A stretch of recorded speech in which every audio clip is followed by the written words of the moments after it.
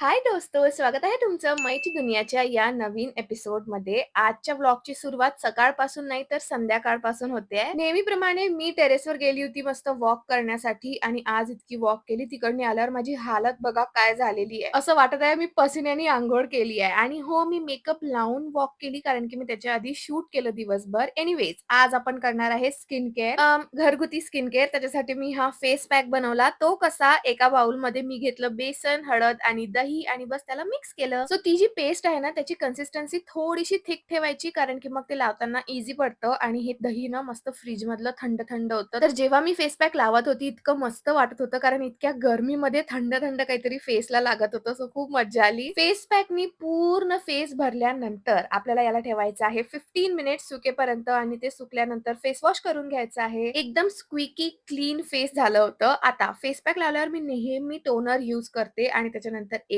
Moisturiser लावलं. Moisturiser blend करता मी थोडीशी मसाज पण करते आणि माझ्या फिंगर्सनीच करते, जास्त काही असं फॅन्सी नाही करत. बस मग एक लिप बाल्म लावलं आणि हाच होता माझा वीकली स्किन केअर रुटीन. बस इतकंच करून चेहऱ्यावरती काय मस्त ग्लो आला आहे. आता तुम्ही मस्त झोपणार आहे आणि तुम्हाला भेटणार आहे उद्या.